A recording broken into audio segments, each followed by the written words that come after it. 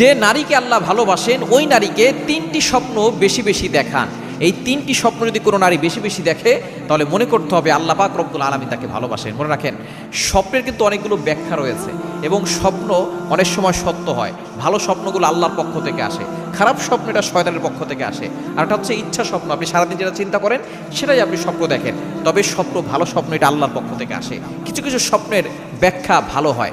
এজন্য যদি কোনো নারী তিনটা স্বপ্ন দেখে তাহলে বুঝতে হবে আল্লাহ তাআলা তাকে ভালোবাসেন। নাম্বার ওয়ান, এক নাম্বার হচ্ছে যদি কোনো নারী স্বপ্ন দেখে যে সে কাবা ঘর তাওয়াফ করছে, কাবা ঘরের পাশে আল্লাহর কাছে দোয়া করছে, এই কোনো নারী যদি এই স্বপ্ন দেখে তাহলে মনে করতে হবে যে আল্লাহ পাক রব্বুল আলামিন তাকে ভালোবাসেন এবং তার আশাগুলো অতি দ্রুত আল্লাহ তাআলা পূরণ করে দিবেন।